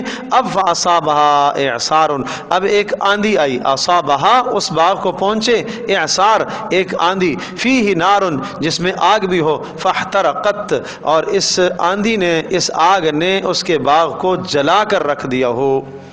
کیا مطلب کہ جب انسان محتاج ہوا تو سارا مال برباد ہو گیا. فرمایا اسی طرح سے جو آدمی اللہ کی رضا کے لیے خرچ نہیں کرتا، ریاکاری کے لیے خرچ کرتا ہے، آخرت میں جب وہ محتاج ہوگا تو پیچھے پلٹ کے دیکھے گا تو سارا کا سارا برباد ہو چکا، سارا جل چکا ہوگا، ریاکاری سے جل چکا ہوگا. کذالک یبین اللہ لکم الآیات، اس طرح سے اللہ تبارک و تعالی اپنی نشانیوں کو کھول کھول کے بیان کرتا ہے. لعلکم تتفکرون، تاکہ تم خوب غور و فکر کرو. سمجھے جی. یا ایہا الذین آمنوا انفقوا من طیبات، یہ رکوع انفاق، اللہ کی راہ میں مال خرچ کرنا. پہلے تو خرچ کرنے کے فضائل سنائے ہیں جی، اور اگر خرچ کرنے میں نیتیں خراب ہیں تو اس کی مثالیں دیں، اچھی نیتیں ہیں تو اس کی مثالیں دیں، مثالوں سے سمجھایا.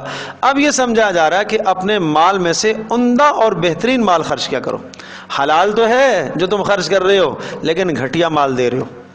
دکان سے وہ مال زکوٰۃ کے لیے نکالتا ہے جو پورا سال نہیں چلتا، جو خراب اور سڑ گر رہا ہے، اس کو اٹھا کے دے رہے۔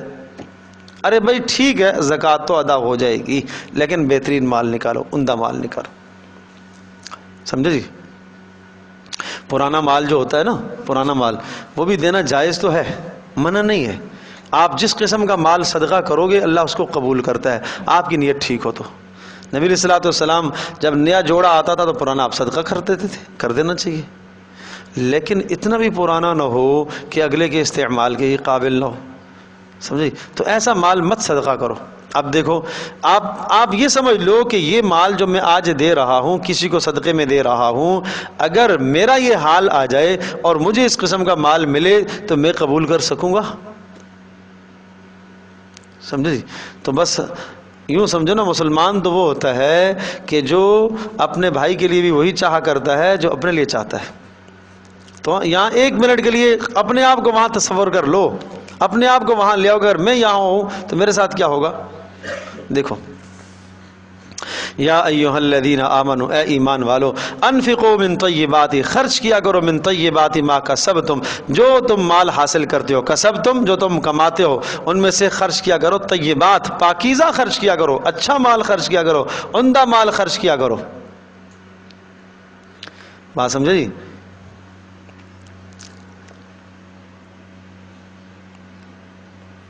وہ ایک بزرگ کے پاس ایک شخص گیا تو انہوں نے کہا کہ بھائی آپ مجھے کوئی نصیحت فرمائیے۔ انہوں نے نصیحت یہ کی کہ بھائی اللہ تبارک تعالیٰ کو اپنے سے اعلیٰ اور افضل سمجھنا، اور اگر اتنا نہ سمجھ سکے تو اپنے برابر سمجھ لینا، اپنے سے گھٹیا نہ سمجھنا۔ اسے یہ بات سمجھ میں آئی نہیں، اتنے بڑے بزرگ یہ مجھے کیا نصیحت کر رہے ہیں، کیا بھلا ایسا کوئی ہو کر سکتا ہے، کوئی کرے گا؟ تو رات ہو گئی تو پھر وہ آنے لگا کہ میں جا رہا ہوں، تو کہا کہ بھائی ابھی تو رات ہے تو کہاں رکے گا، تو اس لیے رات کو یہیں رک جا۔ پھر وہ وہاں ہی رکا، پھر صبح کو پھر فجر کی نماز کے بعد کہا کہ حضرت مجھے کچھ نصیحت فرمائیے، سمجھے جی؟ تو پھر یہی نصیحت دہرائی۔ تو یہ جب یہی نصیحت دہرائی تو اس کو تھوڑا سا غصہ آ گیا، ناگواری، کیا باتیں کر رہے ہیں، میں تو خود بھی اتنا بڑا بزرگ ہوں اور مجھے یہ نصیحتیں کر رہے ہیں اس طرح کی، سمجھے جی؟ تو پھر انہوں نے کہا اچھا بھائی تو ناشتہ کر کے چلا جا۔ وہ کمرے میں گیا ناشتے کے لیے، تو ادھر سے ناشتہ انہوں نے بھجوایا، ٹھیک ہے جی؟ اب ناشتہ بھجوایا، تازہ تازہ گرم گرم پراٹھے اور صاف صاف جناب دودھ اور چائے اور روٹیاں اور پتہ نہیں تازہ تازی ساری چیزیں پہنچ گئیں کھانے کے لیے۔ اتنے میں اچھا ساتھ کچھ رات کی روٹی بھی بھیج دی کہ اب یہ دیکھتے ہیں رات کی روٹی بھی کھائے گا شاید، کچھ لوگوں کو عادت ہے نا رات کی روٹی بھی کھا لیتے ہیں، اچھی بات ہے بھائی۔ ایک فقیر کو انہوں نے بھیجا کہ جاؤ جا کے اس سے سوال کرو، ٹھیک ہے؟ وہ فقیر بھی تعلق داروں میں سے تھا، وہ فقیر بن کر گیا، آزمائش تھی نا، امتحان تھا، تو وہ فقیر بن کر گیا، جا کے اس نے دروازے پر دستک دی کہ بھائی مجھے دے دو اللہ کے لیے۔ تو انہوں نے کیا کیا، وہ رات والی روٹی اٹھا کے دے دی، تازی تازی خود کھا لی تو رات والی اٹھا کے وہ فقیر کو دے دی، سمجھے؟ فقیر نے وہ روٹی لا کے حضرت کے سامنے رکھ دی کہ آپ کے مرید نے جو مجھے ہدیہ دیا ہے، صدقہ دیا ہے، وہ یہ دیا ہے، ٹھیک ہے؟ پھر جناب وہ ناشتہ واشتہ کر کے اور گرم ہو کر پھر واپس آیا اور پھر آ کر نصیحت طلب کی، تو حضرت نے پھر وہی جملہ بولا، پھر اس کو غصہ آیا، تو پھر حضرت نے بھی غصہ ان کو بھی آیا، تو کہا کہ دیکھو آپ نے اس فقیر کو کیا دیا ہے، میں نے تمہیں کیا کہا تھا کہ اللہ تبارک تعالیٰ کو اپنے سے افضل سمجھنا۔ اعلیٰ طریقہ تو یہ تھا کہ تازی روٹی اسے دیتے، اس نے اللہ کے نام سے مانگی تھی، اور باسی خود کھا لیتے، یا اتنا نہیں کر سکتے تھے تو برابر جیسا سمجھتے، آدھی باسی اسے دیتے، آدھی باسی خود کھاتے، آدھی تازی اسے دیتے، آدھی خود کھاتے۔ لیکن تو نے کیا کیا ہے، اللہ پاک کو اپنے جتنا بھی تو نے نہیں سمجھا، اسے ہی پیچھے لے گیا ہے۔ تو آج ہمارا حال بھی کوئی اسی طرح کا ہے، سمجھے جی؟ خرچ کرنے کی جب بات آتی ہے، ہاں جی، تو جیب سے پرانا نوٹ نکالتے ہیں اور پھٹا ہوا، سمجھے جی؟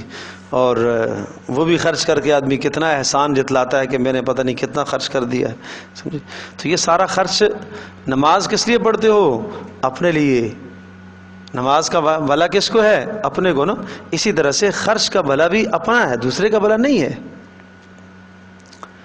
ٹھیک ہے جی، دوسرے کی ظاہری صورت پوری ہو رہی ہے لیکن فائدہ تمہارا ہے. یہ عبادت ہے نا، عبادت بدنی اور عبادت مالی. تو نماز عبادت بدنی ہے اور خرچ عبادت مالی ہے. یہ آپ کا بھلا ہے. امام غزالی رحمۃ اللہ علیہ نے لکھا، بڑی باریک بات ہے کہ آپ جب کسی پر خرچ کرتے ہو تو اس کا احسان ہے کہ آپ سے وہ مال قبول کر رہا. کیوں؟ اس لیے کہ آپ جب خرچ کر رہے ہو آپ کو یہ مال اللہ کا حکم ہے. جس طرح سے تم نماز ادا کر کے نماز اللہ کے سپرد کرتے ہو، اسی طرح سے یہ مال تم اللہ کے سپرد تمہیں کرنا چاہیے. اللہ پاک چونکہ مال کا محتاج نہیں ہے، اس نے اپنا نائب فقیر بھیجا ہے، یہ میرا وکیل ہے، تم اس کو دے دو. یہ ایسا ہی ہے جس طرح سے آپ کسی آدمی کو اتنے پیسے دے دیں، بھئی یہ میرے پیسے لے جاؤ اور فلاں آدمی کو دے کے آؤ، میں نے اس کی امانت دینی ہے. تو وہ جو لے کے جا رہا ہے اس نے آپ پر کیا کیا؟ احسان کیا نا، آپ کا کام کر رہا ہے. تو فقیر نے آپ پر احسان کیا ہے، آپ نے اس پر کوئی احسان نہیں کیا. علامہ بیضاوی رحمۃ اللہ علیہ نے ایک بہت پیاری بات لکھی ہے، اگر سمجھ میں آ جائے تو بڑی بڑی کارآمد بات ہے. اور جب بھی خرچ کرو نا، اگر اس تصور کو کرو گے تو پھر کبھی ریاکاری نہیں آئے گی. جی، کہا خرچ کرنے والا یہ نہ سمجھے کہ میں فقیر کی حاجت اور ضرورت کو پورا کر رہا ہوں اور فقیر کے غم کو اور پریشانی کو دور کر رہا ہوں. فقیر کا غم اور پریشانی نہیں دور کر رہا، اپنا غم دور کر رہا ہے. کیوں؟ کہا اس لیے کہ اللہ تبارک و تعالیٰ نے اس کے دل میں ایک رحمت رکھی ہے، شفقت رکھی ہے. جب اس نے کسی حاجت مند کو دیکھا تو یہ اندر سے بے قرار ہو گیا، اور بے قرار ہو گیا تو جب مال دیا تو وہ بے قراری کیا ہوئی؟ ختم ہوئی یا نہیں ہوئی؟ بات سمجھے نہیں سمجھے؟ بے قرار ہو گیا. کبھی کبھی آپ نے کسی کو راستے میں دیکھا اور آپ کی جیب میں کچھ نہیں ہے اور گھر میں آ کے افسوس کر رہے ہوتے، کاش میرے پاس کچھ ہوتا، میں بڑا شدید حاجت مند تھا وہ. سمجھے جی؟ بے قراری ہوتی ہے، جب اس کی یاد آتی ہے بے قراری ہوتی ہے کہ اس قدر شدید حاجت مند تھا. تو یہ آپ نے فقیر کو دے کر اپنی بے قراری کو ختم کیا ہے. اس پر کیا احسان کیا آپ نے؟ سمجھے جی؟ تو یہ تصور کیا کرو تو پھر کبھی ریاکاری والی باتیں نہیں آئیں گی. دیکھو کہا انفقوا من طیبات ما کسبتم، انفقوا خرچ کیا کرو من طیبات ما کسبتم، جو تم حاصل کرتے ہو، مما اخرجنا لکم، اور فرمایا ومما اخرجنا، اور جو ہم نے نکالا ہے لکم تمہارے لیے، من الارض زمین سے، زمین کی پیداوار میں سے جو نکالا ہے، عشر دیا کرو. ولا تیمموا الخبیث، بڑی اہم بات، غور کرو. ولا تیمموا، اور مت قصد کیا کرو، ارادہ کرا کرو، مت ارادہ کیا کرو، الخبیث ردی خراب چیز کے دینے کا ارادہ مت کیا کرو، منہ اپنی اس مال میں سے، تنفقون جس کو تم خرچ کر رہے ہو، ولستم بآخذیہ، اور اگر یہ خبیث مال، یہ برا مال، ولس تمہیں اگر کوئی دے تو ولستم بآخذیہ، تم اس کو نہ لے سکو، الا ان تغمضوا فیہ، تمہیں کوئی ہدیے میں دے دے، تمہیں کوئی صدقے میں دے دے تو تمہیں لینے سے کیا ہوتی ہے؟ ناگواری ہوتی ہے. ہاں الا ان تغمضوا فیہ، مگر بادل ناخواستہ تم لے ہی لیتے ہو. سمجھے؟ کسی نے دیا ہے ناکارہ مال تو اس کو تم لے لیتے ہو، تو کہا اس طرح کا مال تم کسی کو مت دیا کرو. وَاعْلَمُوا أَنَّ اللَّهَ غَنِيٌّ حَمِيدٌ، اور سنو اللہ تبارک و تعالیٰ غنی ہے، ہیں جی، تعریفوں والا ہے، اور غنی ہے اور تعریف، غنیٌ اسے مال کی ضرورت نہیں ہے، حمیدٌ وہ تعریفوں والا ہے. الشیطان یعدکم الفقر، اچھا مال دینے سے شیطان تمہیں ڈراتا ہے. الشیطان شیطان، یعدکم تمہیں ڈراتا ہے، الفقر کس چیز سے؟ فقر سے، اچھے کاموں سے. ویأمرکم بالفحشاء، اور تمہیں مشورہ دیتا ہے، وسوسے ڈالتا ہے، بالفحشاء کس کا؟ بخل کا. ایک معنی ہے بخل، یہ فحشاء قرآن میں کئی معنوں میں استعمال ہوا ہے. عام طور پر زنا بے حیائی کے معنی میں آتا ہے، لیکن یہاں بخل مراد ہے. سمجھے؟ اتنا بدترین ہے بخل کہ اس کو فحشاء کہا گیا، کھلی بے حیائی، کھلی بے حیائی. سمجھے جی؟ تو ظاہر سی بات ہے، شادی ہے کسی جگہ پر اور کسی لڑکی کی شادی ہو، وہ حاجت مند بھی ہے، ضرورت مند بھی ہے، اپنے میں تم کتنا خرچ کرتے ہو اور اس کی ضرورت اگر پوری نہ کی تو فحشاء کی طرف، بے حیائی کی طرف بات جائے گی کہ نہیں جائے گی؟ نکاح مشکل ہوتے چلے جائیں گے تو بات بے حیائی کی طرف جائے گی. واللہ یعدکم مغفرۃ منہ وفضلا، اللہ تبارک و تعالیٰ تمہیں وعدہ دیتا ہے اپنی جانب سے، مغفرۃ منہ، خرچ کرنے پر اللہ پاک تمہاری مغفرت کرے گا، وفضلا اور اللہ پاک اضافہ کرے گا اور مال دے گا. واللہ واسع علیم، اللہ پاک وسعتوں والا ہے اور جاننے والا ہے. تو مال میں ہمیشہ کوشش کیا کرو عمدہ مال دیا کرو، بہترین مال دیا کرو، اچھا مال دیا کرو، سمجھے جی۔ ہاں کچھ سلسلہ ہم نے شروع کیا تھا انفاق فی سبیل اللہ کا، اور کچھ گھروں کے اندر غربا کے گھروں میں راشن کی تقسیم کا سلسلہ بھی ہم نے شروع کیا تھا، اور کپڑوں کا سلسلہ بھی ہم نے کچھ شروع کیا تھا جہاں کوئی ضرورت مند ہوتے ہیں، یا اسی طرح سے جو جن بچیوں کی شادیوں کے معاملات رکے ہوئے ہوتے ہیں اور اسباب نہ ہونے کی وجہ سے، تو ان کے لیے ہم نے کچھ ایک سلسلہ شروع کیا تھا۔ تو کچھ احباب نے ان میں تعاون کیا، لیکن اکثر و بیشتر جو تعاون آیا ہے وہ ردی مالی کا آیا ہے، اور وہ ایسا ردی مال آیا کہ علامان والحفیظ آگے دیتے ہوئے بھی شرم آتی ہے، سمجھے جی۔ تو وہ اچھا مال دیا کرو۔ یؤتی الحکمت من یشاء ومن یؤت الحکمت فقد اوتی خیرا کثیرا۔ تو پتہ چلا کہ اگر ایک آدمی عمدہ اور بہترین مال دیتا ہے تو یہ حکمت کا تقاضا ہے، اللہ نے اس کو دین کی سمجھ عطا فرمائی ہے، اس لیے کہ یہ مال اپنے ہی کام آنے والا ہے نا۔ وہ کہتے ہیں ایک بادشاہ نے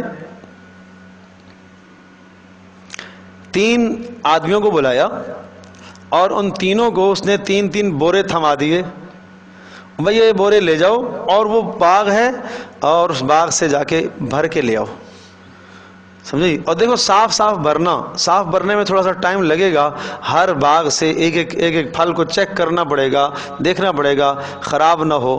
تو اب ان میں سے ایک نے سوچا بادشاہ سلامت نے کون سے سارے ہی کھانے ہیں، سمجھے جی، یا کون سے اس نے کھانے ہیں، پتہ نہیں کیوں منگوا رہا ہے۔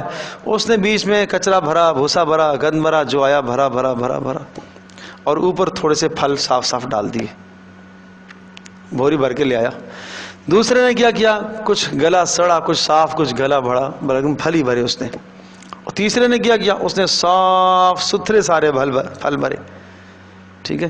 اور پھر بادشاہ نے وزیروں کو حکم دیا ان تینوں کو 1 ماہ کے لیے ان تھیلوں کے ساتھ جیل میں بند کر دو، یہی ان کی خوراک ہے، یہی ان کی خوراک ہوگی۔ تو اب جس اللہ کے بندے نے سارا بھوسا بھرا، کیا کھائے گا وہ؟ اوپر سے 2 دن کھایا، اس کے بعد موت۔ اور جس نے گلے سڑے ڈالے تھے، آدھے تو گلے سڑے پہلے سے ناقابل استعمال تھے اور کچھ وہاں بڑے خراب ہو گئے، 15 دن کے بعد وہ بھی مر گیا۔ اور جس نے پورا کا پورا صاف ستھرا ڈالا تھا تو اس نے جب دیکھا تو وہ پورا مہینہ بھی چل گیا، اس کے بعد بھی بچے ہوئے۔ تو یہی مثال ہے بھائی، آخرت میں بھی ہمیں وہی ملے گا جس طرح سے ہم نے یہاں کیا ہے، بس۔ تو اس مثال کے بعد سمجھ لینا چاہیے کہ میں کیا مال آخرت میں بھیج رہا ہوں، اپنے بورے میں، اپنے نامہ عمل میں کیا ڈال رہا ہوں۔ دیکھو یؤتی الحکمت من یشاء، اللہ پاک جیسے چاہتا ہے حکمت عطا کرتا ہے، ومن یؤت الحکمت، اور جسے اللہ پاک حکمت دے دے فقد اوتی خیرا کثیرا، اللہ پاک اس کو بہت بڑی سمجھ عطا کر دیتا ہے۔ وما یذکر الا اولو الالباب، اور نصیحت حاصل نہیں کرتے مگر وہی لوگ جو عقل مند ہیں۔ تو عقل والے یہاں خیال رکھتے ہیں کہ مجھے کیسا مال خرچ کرنا چاہیے، لیکن پھر دیکھو اللہ بڑا کریم ہے، اللہ بڑا کریم ہے، اللہ بڑا کریم ہے، سمجھی۔ اب ظاہر سی بات ہے کہ آج عمدہ اور نیا جوڑا یہ لے کے آیا ہے پہننے کے لیے، سمجھے جی، تو دل تو نہیں چاہتا۔ تو پھر دیکھو دوسرے درجے کا صدقہ، وما انفقتم من نفقۃ او نذرتم من نذر فإن اللہ یعلم، اور جو بھی تم انفاق کرو گے، خرچ کرو گے، من نفقۃ، کسی بھی قسم کا خرچ ہو، ٹھیک ہے جی، لیکن صحیح نہ مصرف پر، او نذرتم من نذر، یا کوئی بھی تم نظر مانو گے، فإن اللہ یعلم، اللہ اسے جانتا ہے۔ نظر ماننا، کوئی آدمی یہ کہتا ہے کہ میرا یہ کام ہو گیا تو اتنے مال خرچ کروں گا، اتنا پیسہ دوں گا، یہ نظر مانتا ہے، تو اس نظر کا پورا کرنا اس کے ذمہ لازم ہے، جیسے ہی نظر مانی اسی طرح سے لازم ہوتا ہے، سمجھے جی۔ ویسے حدیث میں آیا ہے کہ اللہ پاک بخیلوں سے اس طرح سے مال نکالتا ہے کہ ان پر حالات ڈالتا ہے، پریشانیاں ڈالتا ہے، پھر وہ منت مانتے ہیں اگر میرا یہ کام ہو گیا، اس مصیبت سے نکلا تو اتنا مال خرچ کروں گا، ویسے تو اللہ کا بندہ دیتا نہیں ہے، تو اللہ پاک جو نا اس طرح سے اسے نکالتا ہے۔ وَمَا لِلظَّالِمِينَ مِنْ أَنصَارٍ، اور ظالموں کا کوئی حمایتی نہیں ہوتا۔ إِن تُبْدُوا الصَّدَقَاتِ فَنِعِمَّا هِيَ، إِن تُبْدُوا الصَّدَقَاتِ، اور اگر تم صدقات کو، نفلی صدقات کو ظاہر کر کے خرچ کرو گے، فَنِعِمَّا هِيَ، تو بھی اچھی بات ہے۔ وَإِن تُخْفُوهَا، لیکن اگر تم مخفی رکھو گے، وَتُؤْتُوهَا الْفُقَرَاءَ، اور چھپ کر فقراء کو دو گے، فَهُوَ خَيْرٌ لَكُمْ، یہ تمہارے لیے بہتر ہے، وَيُكَفِّرْ عَنْكُم مِّن سَيِّئَاتِكُمْ، اور اس کے بدلے میں تمہارے گناہ معاف ہوں گے۔ دیکھو ظاہر صدقہ دینے میں، ہاں زکوٰۃ کا مال ہے اس کو علی اعلان دینے کا حکم ہے، زیادہ بہتر ہے۔ نفلی مال ہے چھپ کر دینے میں زیادہ افضل ہے، چھپ کر ظاہر دینے میں کافا نعمہ ہی، اچھی بات ہے، لیکن اس پر ملے گا کیا اس کو تذکرہ نہیں کیا. لیکن اگر تم چھپ کر دو گے تو پہلا فائدہ فہو خیر لکم، وہ تمہارے لیے بہتر ہے. نمبر 2 تمہارے گناہ اس سے معاف ہوں گے چھپ کر دینے سے. اس لیے حدیث پاک میں آتا ہے ملائکہ نے پوچھا اللہ کائنات میں سب سے سخت چیز آپ نے کیا پیدا فرمائی ہے؟ اللہ تبارک و تعالیٰ نے فرمایا کہ میں نے جبال پہاڑوں کو پیدا کیا ہے. اللہ ان پہاڑوں سے کیا زیادہ سخت بنایا ہے؟ تو کہا پہاڑوں کے اندر میں نے لوہا بنایا ہے ان سے زیادہ سخت. اللہ لوہے سے زیادہ کیا سخت بنایا؟ آگ بنائی جو لوہے کو پگھال دے. اللہ آگ سے زیادہ سخت کیا ہے؟ پانی بنایا جو آگ کو بجھا دے. پانی سے زیادہ سخت کیا؟ ہوائیں بنائی ہیں جو پانیوں کو بھی اڑا کے لے جاتی ہیں بادلوں کی شکل میں. اللہ ان ہواؤں سے زیادہ کیا سخت ہے؟ کہا وہ مومن کے سیدھے ہاتھ کا دیا ہوا صدقہ کے الٹے ہاتھ کو بھی خبر نہ ہو، وہ ان سب پر بھاری ہے، وہ ان سب سے زیادہ سخت ہے. اللہ اکبر اللہ اکبر. تو اخلاص پیدا کیا کرو بھائی. واللہ بما تعملون خبیر. اللہ تبارک و تعالیٰ خوب جانتا ہے. وہاں خرچ کرنے کا تو پیارے پیغمبر صلی اللہ علیہ وسلم کے زمانے کا یہ حال تھا. ہیں جی حضرت مان بن یزید رضی اللہ تعالی عنہ، یزید والد ہیں، رات کو گئے صدقہ دینے کے لیے مسجد میں، چپکے سے کسی کو دیا، زکوٰۃ تھی تو چپکے سے دے دی، تو نہیں پتا اندھیرے میں کس کو دیا ہے، اس طرح سے چھپکے سے دیتے تھے. اچھا وہ پیسے صبح کو بیٹے نے ابا کو دے دیے، ابا یہ رات کو مجھے کسی نے پیسے دیے ہیں. تو ابا نے دیکھے یہ تو وہی ہے جو میں نے دیے ہیں. تو دونوں آئے نبی صلی اللہ علیہ وسلم کی خدمت میں، اللہ کے رسول میں نے دیے اور مجھے پتہ نہیں تھا، میں نے اس بیٹے کو دے دیے. تو آپ نے ان کو کہا کہ آپ نے جس نیت سے دیے اللہ اس کو قبول کرے گا، اور آپ چونکہ مستحق ہو آپ لے لو. بیٹے کو لینے کا حکم دے دیا. تو اخلاص کا یہ حال تھا کہ اس قدر پوشیدہ کر کے دیتے تھے، اس قدر چھپ کر دیتے تھے. سمجھے آج کل ہماری جب تک نمود نمائش نہ ہو تو ہمیں چین نہیں آتا، سکون نہیں آتا نا. دیکھو لیس علیک ھداھم ولکن اللہ یہدی من یشاء. نبی صلی اللہ علیہ وسلم کے لیے اتنی محنت آپ کے کرنے کے بعد بھی اگر لیس علیک ھداھم یہ نہیں آتے تو آپ کے ذمے ان کا ہدایت پر آنا نہیں ہے. ولکن اللہ یہدی من یشاء. اللہ جسے چاہتا ہے ہدایت پر لے کر آتا ہے. لیکن وما تنفقوا من خیر فلانفسکم. بڑی پیاری بات ہے یہ نقش کر لو اپنے دلوں پر. وما تنفقوا جو بھی تم خرچ کرو گے کس لیے کرو گے؟ فلانفسکم تمہارے لیے، اپنے لیے. اپنا بھلا ہے بھائی، اپنے بورے بھرو، اچھے بورے بھرو نا تاکہ قیامت کے دن کام آئے. وما تنفقون الا ابتغاء وجه اللہ. اور یاد رکھنا جو تم خرچ کرو گے نہیں خرچ کرو گے مگر اللہ کی رضا کے لیے خرچ کرنا ہے. وما تنفقوا من خیر. اور جو بھی تم خیر خرچ کرو گے یوفى الیکم تمہیں پورا بدلہ دیا جائے گا. وانتم لا تظلمون. اور تمہارے اوپر ذرہ برابر ظلم نہیں کیا جائے گا. اگلی آیت میں مصارف بتائے کہاں خرچ کرنا ہے، کیسا خرچ کرنا، سب سے بہترین مصرف کیا ہے. سبحان اللہ. ان آیات پر غور کرو اور ان مصارف پر خرچ کرنے کی کوشش کرو. سب سے بہترین مصرف.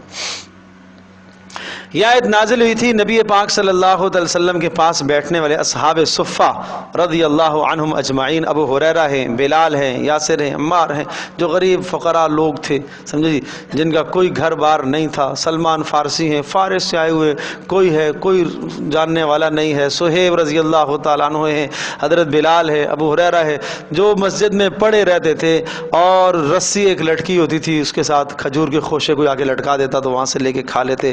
2 دن کوئی نہ آیا تو بھوکے ہیں، 2 دن کسی نے کچھ نہ دیا تو بھوکے ہیں، مل گیا تو کھا لیا، نہ ملا تو سبحان اللہ. اور پڑے یہ حال کے فاقے آنا شروع ہو جاتے اور لوگ مرگی سمجھ کر ابو ہریرہ فرماتے ہیں میرے گردن پر پاؤں رکھ دیتے کہ مرگی ہے. ابو ہریرہ کو مرگی نہیں ہوتی تھی، بھوک کی وجہ سے نہ ڈال ہو جاتا تھا. سمجھے جی، یہ لوگ مستحق ہیں. ایسے مصارف تلاش کرو. دیکھو نشانیاں بتائیے نا، نشانیاں ڈھونڈو، تلاش کرو. للفقراء الذین احصروا فی سبیل اللہ. فرمایا یہ مال خرچ کرنا ہے ان فقراء کے لیے. صرف فقیر ہونا کافی نہیں ہے، راستے میں بھیک مانگنے والا فقیر کافی نہیں ہے، بلکہ وہ سب سے بہترین وہ فقراء الذین احصروا فی سبیل اللہ جن کو روک دیا گیا ہے اللہ کے راستے میں، دین کی خدمت میں وہ مشغول ہیں. سمجھے جی، 2 معنی ہیں. قتال فی سبیل اللہ میں مشغول ہیں یا دین کا علم حاصل کرنے میں مشغول ہیں. مدارس میں طلبہ علماء جو اس سلسلے میں مشغول ہیں، سمجھے جی، تعلیم اور تعلم میں مشغول ہیں. پہلی نشانی احصروا فی سبیل اللہ. احصروا کا معنی کیا ہے؟ کیا ترجمہ نے کیا ہے؟ روک دیے گئے ہیں فطرتی طور پر وہ تجارت میں نہیں نکل سکتے. وہ نکلیں گے تو دین کا کام کون کرے گا؟ الزام دیتے ہو مولوی وہ صدقے کھاتا ہے. اللہ کے بندو قرآن کیا کہہ رہا ہے اس پر غور کرو، یہ ان الفاظ پر غور کرو، سمجھے جی. احصروا فی سبیل اللہ، جن کو روک دیا گیا ہے اللہ کے راستے میں، اللہ نے ان کے دلوں میں یہ بات ڈالی ہے، اللہ نے توفیق دی ہے ان کو دین کا کام کرنے کے لیے، اللہ کی طرف سے وہ روک دیے گئے ہیں. نمبر 2، لا یستطیعون ضربا فی الارض، لا یستطیعون نہیں استطاعت رکھتے، ضربا فی الارض زمین میں تجارت کرنے کی، کسب معاش کی استطاعت نہیں رکھتے. کسب کے لیے نکلیں گے تو دین کی خدمت کون کرے گا؟ دین کا کام کون کرے گا؟ ٹھیک ہے جی. اور نمبر 3، یحسبہم الجاہل اغنیاء، بے خبر لوگ ان کو بڑا مالدار سمجھتے ہیں، ان کی ٹیپ ٹاپ ظاہری شان شوہرت، صاف ستھرے کپڑے اور جناب صاف ستھرا چہرہ، صاف ستھرے لباس سے کوئی فقر ان کے چہرے سے نہیں ٹپک رہا ہے، سمجھے جی. تو انجان آدمی ان کو اغنیاء خیال کرتا ہے، مالدار خیال کرتا ہے، من التعفف، نہ مانگنے کی وجہ سے، کبھی وہ مانگتے نہیں ہیں کسی سے، سمجھے جی. تو ہر نہ مانگنے والا آپ یہ سمجھیں کہ یہ ضرورت مند نہیں ہے اس لیے کہ مانگتا ہی نہیں ہے، سمجھے جی. تو وہ معاشرے میں وہ بھی انسان ہے، آخر اسے بھی کھانا ہے پینا ہے، اس کے بھی بچے ہیں، اس کی بھی بیوی ہے، اس کا بھی گھر بار ہے، اس کی بھی سب ضروریات ہیں. اور تعرفہم بسیماہم، اے نبی اغنیاء کون تصور کریں گے ان کو؟ جاہل، انجان لوگ، بے خبر لوگ، جن کا ان کے ساتھ اٹھنا بیٹھنا نہیں ہے. وہ تو جملے کسیں گے، اچھے کپڑے پہنیں گے تو بھی اعتراض کریں گے، سمجھے جی. اچھی سواری میں بیٹھ گئے تو بھی مصیبت. اور مفتی شفیع رحمۃ اللہ علیہ فرمایا کرتے تھے یہ مولوی طبقہ ہی ملامتی ہے بھائی، نہیں سمجھے. اچھا کھا لیا تو ضرور کہیں سے گھبلا کیا ہوگا اس نے، اچھے کپڑے پہن لیے، اچھی سواری ہو گئی، ضرور کہیں سے گھبلا مارا ہوگا اس نے، ضرور کیا ہوگا اس نے. فقیر بیچارہ رہے، ارے بھائی مولوی ہے، اسی لیے تو ہم بچوں کو مولوی بناتے نہیں ہے، کھائیں گے کہاں سے، اس کی شکل دیکھو. تو کسی حال میں دنیا خوش نہیں ہے.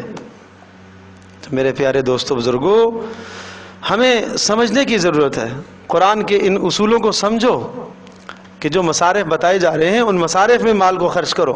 فرمایا تعرفہم بسیماہم، تعرفہم اے نبی آپ پہچان لیں گے، بسیماہم ان کے چہروں سے، ان کے چہروں پر فقر کے آثار ہوتے ہیں لیکن جاننے والا جانتا ہے، سمجھے جی. فقر کے آثار چہروں پر ہوتے ہیں. نمبر 2، تعرفہم بسیماہم، ان کے چہروں پر ریاضت اور عبادت اور نورانیت ہوتی ہے، آپ چہروں سے پہچانو گے. لیکن پہچاننے کے لیے بھی تو میزان چاہیے نا، ہر آدمی تھوڑی پہچان سکتا ہے. تعرفہم بسیماہم، سبحان اللہ. پیارے ابو ہریرہ رضی اللہ تعالیٰ عنہ کہتے ہیں مجھے مسئلہ نہیں تھا، میں نے ابوبکر صدیق سے مسئلہ پوچھا کہ مجھے کوئی مسئلہ، میرا پیٹ تھا کہ کوئی کھانا کھلا دے، اتنا بھوک کا برا حال تھا، اتنا نہ ڈال ہو گیا. مسئلہ پوچھا، انہوں نے مسئلہ بتایا، چل دیے. حضرت عمر گزرے، ان سے مسئلہ پوچھا، انہوں نے بھی مسئلہ بتایا، چل دیے. پیارے پیغمبر صلی اللہ علیہ وسلم آئے، ان سے مسئلہ پوچھا، وہ میرا مسئلہ سمجھ گئے کہ ابو ہریرہ آ جاؤ. ابو ہریرہ کو اس وقت بھوک لگی ہے، اس وقت ابو ہریرہ کا مسئلہ نہیں ہے. مجھے لے گئے پیارے پیغمبر صلی اللہ علیہ وسلم، گھر میں 9 گھروں سے پوچھوایا کوئی شے ہے کھانے کی، ایک گھر سے دودھ کا پیالہ نکلا اور مجھے کہا سب کو بلا لے آؤ بھائی، سب کو بلا کے لے آؤ، سب کو بلا کے لے آؤ.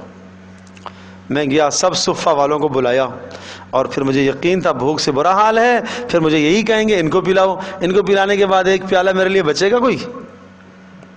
تو پیارے پیغمبر صلی اللہ علیہ وسلم نے برکت کی دعا فرمائی، کہا ابو ہریرہ پلاؤ. اب شروع کیا، میں نے پلایا 1 2 3 سب نے پیا اور کہا کہ بھر کے پیو. وہ پیا.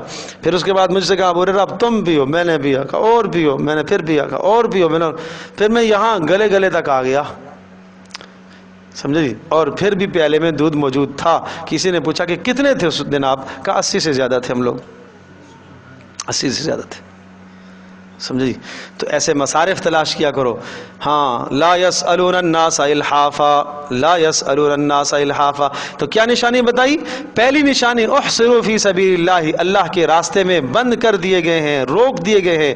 نمبر 2 لا یستطیعون ضربا فی الارض، زمین میں استجارت اور معاش نہیں اختیار کرتے.